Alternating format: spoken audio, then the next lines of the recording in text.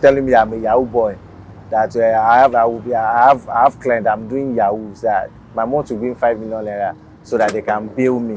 The complainant, they say the man is a lawyer, that the man is really powerful. So they have to take us to court. So when we get to court, so our family will come and bail us at the court. My name is Judicial. I'm from Imo State. I was 20 years old before I get to prison. So I do download music, movies for a living at Olugbede, at Egbeda. So I was raped. I was wrongly accused of what I did not know anything about. 2014, November 7. So it happens like this, that I went to a wrong place at the wrong time when I was raped. I went to charge my laptop.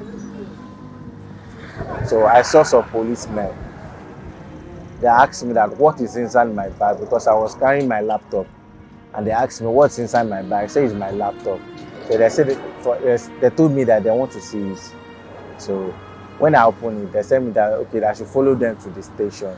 So when we get to the station, they put me in the cell with some other people like that. I did not know them. So before we know, we just see some people that they say that maybe they are looking for someone. His name is Akim. That maybe the guy, I don't know what happened, why they are looking for the guy. So ever since then, we've been to police station. So police station to the SARS. After when we get to the SARS, they just tell us that they are looking for Akim, that if they did not see Akim, that they are not going to release any of us. I started crying and telling them that I did not know anything that they are talking about. I'm not a criminal. I was going to work to charge my laptop before they arrested me. I asked them what is inside my bag, and I showed them my bag. My bag, I'm having my laptop in my bag. They say I have to follow them to the station, that I am a Yahoo boy. So when we get to station, from station to SARS, Ikeja SARS, before we know, we spend almost like a weekend at the SARS. Or what we just know that they just brought me outside and asked me that, who is Akim? I said I did not know Akim. They asked me that which work is he doing? I said I don't know what the work is doing. So they asked me that if they did not see Akim, they are not going to release any of us, because I'm not the only one that they raid. We are 3 in numbers. So since then, I don't know how they are doing it, because they just locked me inside the SARS at N5m SARS. My family don't even know where I am. Before I encounter someone in the cell, I try to write my address, my mom's address, to him, that maybe when they're free him, they should just go to my mom's shop and just tell my mom that I'm at the SARS. So to God be the glory, they freed the boy. I don't even know his name. So he came to my mom's shop and tell my mom that your son is in the SARS. So my mom came there with some police. So when she came, so she started crying that what happened. I explained everything to her, and she was really crying because they did not allow her to even see me. So she started crying, because she did not have any helper. She's a poor woman. So I lost my dad years back. I think 2007. I lost my dad. So she has been the one supporting us, supporting my brothers and my younger ones to school. So she don't have any money, because the SARS, they asked her to bring 5 million naira. Because they started telling me I'm a Yahoo boy, that I have client, I'm doing Yahoo, that my mom to bring 5 million naira so that they can bail me, because they finally go and do the investigation at the area that they caught me. And they tell them there that I did not know anything, that I did not even know anything about this thing, that I'm just a neighbor in that place, that she just, and the SARS people came to the SARS and testified that they went to do investigation in that area, that we did not know anything about this issue. But the complainant, As in the man that they said the man, the complainant, they say the man is a lawyer, that the man is really powerful. So they have to take us to court. So when we get to court, so our family will come and bail us at the court. So it was when we are going to the court from the SARS, where they want to go and remind us in prison, is when I saw the man, that this is the person that they are talking about. So the man started saying that they came to his house to come and rob him, and took his jeep, his Lexus jeep. So I don't know anything about. I've never bought a car in my life, so I don't know anything about what he's saying. Also, they took us to the court on the 20th of November 2014, but the court didn't sit that day. The magistrate court didn't sit, so they have to return us back to the SARS. So the next day is on the 21st. So they took us back to the court, and the court finally sits. So, and the magistrate answered that it just she counted the charges that's against us, and we said we are not guilty. So my families have to go and raise a lawyer for me. So ever since then, they took us to the prison and remind us in prison. So ever since then, we have been in prison. So when I get to the prison, like some months, because I can't remember, it has been long, some months. So the complainant, that same man, I know him very well. For the first time I saw him when we get to court, but I know his face. So he came to there. Maybe he came to come and check some of his clients at the correctional center, at the prison, I don't know. But he asked them to call us out. And we started begging that we did not know anything about this thing, that we should please help us. He said that, yes, he knows that we don't know anything about this thing, but he just wants us to just suffer. He started crying that we did not know anything about it, he should help us. And he mentioned something again, that if we, he said, the complainer, the Omodele, he said that if we are thinking that maybe we have lawyer or we have money that we can collect lawyer, the lawyer we want to go and collect, they will chop our money, they will be collecting money from our hand, they are not going to do anything about the case. So I called my family, they said I should not worry, that they are already preparing a lawyer for me. After some months, like 8 months, so the case now come aside to case to answer at the High Court. So ever since then, we have been going to court at the Keja High Court. So they opened the case, the judge opened the case and asked us again that are we guilty or we are not guilty of the current charges, because they charge us of armed robbery and conspiracy with my other casemates. When we started the court, so we started facing the court, going to court. So the man said that he have a weakness. I think 2 weakness or 3 weakness. He said he has weakness. It's okay. The judge asked that who are your weakness? He said that the IPO, as in the police, and the doctor that treated him when he was robbed. The 2 weakness came. IPO did not came, but the doctor came. So when the doctor came and testified, he testified, and he never said anything about me that maybe he knows me. And the complainant even testified, because the complainant even talked. So he said he did not know us, that the person that he knows is the person that they are looking for. That is the real accused, as in the Hakim. That is the one that. And then the judge asked him that, how do you know this person? He said that he can identify him with his tattoo on his body. I said, what about the rest people? He said he knows the mechanic. Because they said, how do you know this person is among the person and the people that came to rob you? He said that he was the one he saw his jeep. Because when they discovered the jeep, they discovered the jeep with at the mechanic hand. So he said that is how he said the mechanic is among the person that robbed him. Then I asked us, what about the rest 3 people that are standing in the front of you? He said he did not know us. That maybe during the time they came to come and raid, they came to come and take Hakim. That is why they came to arrest us together. So my family are so happy that, okay, don't worry, this case, we are going to win this case. That I should not worry, that I should just be patient. So ever since then, we have been going to court, going and coming. They give us adjournment, adjournment. Sometimes we are going to go to court twice in a year.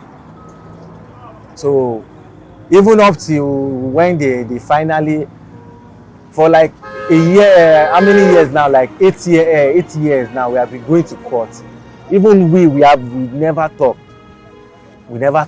The judge never asked us that maybe we should talk. We never testify. So I was really frustrated that how will I be going to court? I never talked, and I've been spending so many years in prison. That is not fair. So I've been so frustrated and crying at the prison that I did not know anything about this thing. So I firstly tell my so when I started, some lawyers now introduced me to plea by game. So I told my family that yes, this case, I'm tired of this case, that what I did not know anything about. Say, let me just do plea by game. I will just know my fate and know when I'm going to leave prison, because I can't be in prison for how many years or what I did not know anything about. So I told my uncle about the plea by game, and my uncle told me that I should not do the plea by game, that I never know the years that the plea by game is going to bring, because the plea by game is 50-50. So I was afraid, I was scared. I told my mom told me that I should never do the plea by game. And some of my friends like that, I explained everything to them. They said that I should calm down, that I should not do the plea by game. So when we started staying in 9 years, going to 10 years, I was really frustrated, like I can't wait anymore. I'm tired. I don't know what to do, because no helper, that place is not easy to eat, to get something. So it's really hard for me. So I just have to just do the plea by game, so I can gain my freedom and start up my life all around it. We first collected a lawyer. His name is Barrister Buloye. So he came, he stand for us like some years. So later he just came that he just called him that, because later he now stopped coming to court to stand for. So we now call him on the phone that we are not seeing you in court. He said that he can't be able to further in this case again, that he collected the title from his village, so that he can't be able to come to court again. And I contacted my friend, one of my friends, his name is Deji. I cried. I told him that because he did not know where I am. So I told him that I'm in prison, because so when I told him I'm in prison, he not shocked that you are in prison. What happened? I explained to him. Okay, he now referred me to his friend. So his friend is from there. His friend that took up the case. Her name is Asana. So from there, the girl has been so good, and it has been standing and has been like a good friend to me. Has been coming to prison to check me, get me something, and telling me that I should don't worry, that I'm coming now. I should never give up on myself, that one day I will come outside from prison. He took up the case, so, and collected a lawyer for me. So ever since then, the lawyer has been standing. So I told the lawyer about the plea by game. The lawyer said I should not do the plea by game, that this case, we are going to fight this case and we are going to win. God will see him through. God will see her through in this case. So ever since when we started staying long in prison, I was so frustrated. I have to just tell my family that I want to do this plea by game. I can't stay. I'm frustrated. I can't stay in prison anymore. I'm frustrated. I just want to know my fate, that I just want to know the day I'm going to leave prison. So I can't just be in prison, spending years upon years in prison, going to court, giving adjournment. So I'm tired. So I just have to do the plea by game. When I tell my family about the plea by game, so they asked me that, okay, so father, this is what I want to do. That no problem. So the lawyer he wrote the application about the plea by game, so, and they granted her 10 years. So, and we go to the court. So the judge just pronounced it at 10 years. So that is how I got my freedom. I thank God of the light that I see this year, this very year. thank God for the light, the good light that I see through my son, Junior. Where God help me bring out. I know what I take. I know what I move to. I know how I want to be before I become like this today that I'm outside. Since this matter, and I always go to Goshere. From Goshere, come back to High Court Ikeja. I'll be going around. This is where I do my business. This is where I do my business. This is where I sell. For the past 10 years now, I thank God that I saw my son outside. I thank God for all the incidents, all the wahala that have improved. Make I even speak Yoruba pẹ̀lú dààmú àti wàhálà tí mo ti rí nínú kéèsì ìdúpẹ́ fọ́lọ́run ọba. Ọmọdélé máa yẹn ó try ó gbìyànjú. Mo dúpẹ́ pé mo rí àwọn ọmọ mi láyé àtàlàfíà ń ta o. Ọmọ mi kò fẹ́ wọ́n kò ṣe kankan láti ìgbà tí mo ti ń tọ́ wọn. Tí bàbá wọn ti ṣaláìsí, àwọn méjì péré tí mo ní, ìkan ti ṣaláìsí, ìkan ló kù báyìí. Gbogbo iná náà tí mo ṣe ń lọ bí mo ṣe ń bọ̀ bẹ́ẹ̀ ni mo ṣe ń lọ inú àdúrà inú àwẹ̀ bí mo ṣe ń bẹ Ọlọ́run fún Ọmọdélé kó tiẹ̀ dáríjà ọmọ yẹn kan jáde torí kó ti sọ pé wọn mọ nǹkan kan ń pa ẹ̀. He said it in my presence. I was sitting in the court that day. Wọ́n náà wọn mọ àwọn mẹ́ta yìí ọmọ nǹkan kan ń pa ẹ̀. Kí ló dé ń tilé wọn tó máa fi mú wọn fún ọdún mẹ́wàá gédégbé gédégbé ní ọmọ mi wọ́n dá ọmọ mi dúró sí wọ́n dá ọmọ mi dúró síbẹ̀ láì ṣẹ̀ láì rò tó dẹ̀ yẹ kó mọ ẹni tí ó ṣẹ̀wọ̀n ó mọ ẹni tí ó ṣẹ̀wọ̀n ó mọ ẹni tí ó ṣẹ̀wọ̀n délédélé ó mọ ẹni náà àwọn innocent tó wà lára àdìmúlé tẹ́nàtì tó ń gbélé àti ìyá ọmọ tẹ́nàtì tó ń gbélé pẹ̀lú júnà àwọn mẹ́tẹ̀ẹ̀ta gbogbo wọn náà kó papọ̀ lọ ìyà yẹn pọ̀ jù fún mi. I thank God because I don't know what to do. Mi kàn bẹ́ẹ̀ lágbára Ọlọ́run ọmọ mi ṣe jáde kí kọ̀ọ̀kan má ṣe ọmọ mi torí ìdìwé tí mo fi ń rọ Ọmọdélé tó ń ṣe kí kọ̀ọ̀kan má ṣe ọmọ mi o kí kọ̀ọ̀kan má ṣe ọmọ mi fún mi wọ́n bá mi bẹ̀ kó jọ wọ́n ti fi ọmọ mi lẹ̀ láyé àtàlàfíà ó jẹ́ kó gbádùn ẹ̀mí gbogbo ọdún mẹ́wàá tó fi lọ lù ú lọ́wọ́ calculate ẹ̀sẹ̀ ọdún tó ń wà sí ṣe mọ̀ pé nǹkan ti jìnnà ẹjọ́ torí ọlẹ́bàá mi kó má tiẹ̀ make any attempt ó jọ torí Ọlọ́run ó free ọmọ mi pátápátá mi ò ní kéèsì ọmọ mi ò ní kéèsì pẹ̀lú ẹ o so make everything just end like that. Junior actually inspired me to, start up Ray of Hope because I know there are thousands of people like him who have been languishing in prison without, any support. I've known Junior now is close to 5 years. A friend actually told me about his case, and I just put out a tweet on Twitter, and I was like, that somebody has been languishing in prison for the past 5 years just because he went to charge. No, he was 6 years then in prison. So the tweet went viral. I got a lot of messages from people. How do you trying to ask me questions about him. So, and then they had a lawyer, and the man wasn't forthcoming. Let me just put it that way. So we had to get him a new lawyer, Barrister Pedro Adeniro, who has fought tirelessly on this case, and she made sure Junior and the other guys came out. They regained their freedom. So along the line, we faced a lot of challenges. On Junior's case, we go to court. Sometimes we go to court. Oh, the case has been adjourned. Without any prior information. Sometimes we just go to court and they'll tell us, oh, the judge is indisposed, the judge went for a seminar. Sometimes they don't just give you any reasons for adjourning the case.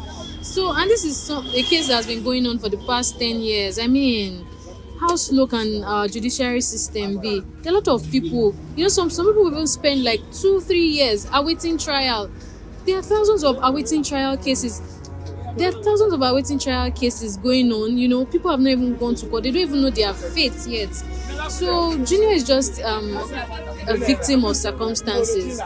Just been a victim of circumstances. I don't know Junior from anywhere. So it was just introduced to me by a friend, and seeing him, hearing his story, I believe him. I've seen his mom, I've met his family, and they are responsible people.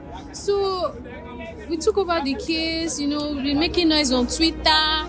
I'm always making noise. Guys, see what's going on. This innocent boy, there are different cases. I mean, since we started Ray of Hope, we've heard so many stories, pathetic ones, silly ones. A guy that was picked up at Obalende, he was coming back from work, and this guy spent 7 years in Ikoyi prison. I mean, the day he was released, his lawyer told him he was going to send him an Uber. The guy was asking, what is Uber? That kind of person, life has passed him by. I'm sorry to say this, but Junior and the other guys, life has passed them by. They have a lot of catching up to do right now. So I wish, the judiciary system can do more. The judiciary system is supposed to be the last hope for a common man, for a poor man. But I mean, and this is still the same judiciary system that has kept them locked up for 10 years. So I just wish more can be done. They should hasten up. Ray of Hope, we've tried in our own little capacity. Since inception, we've released about 16 inmates from, prisons in Lagos State and even Agodi prison at Ibadan. We're doing the little we can just to, help. I know we cannot help everybody, but we just have to do our little bits, and it's those little things that actually matters.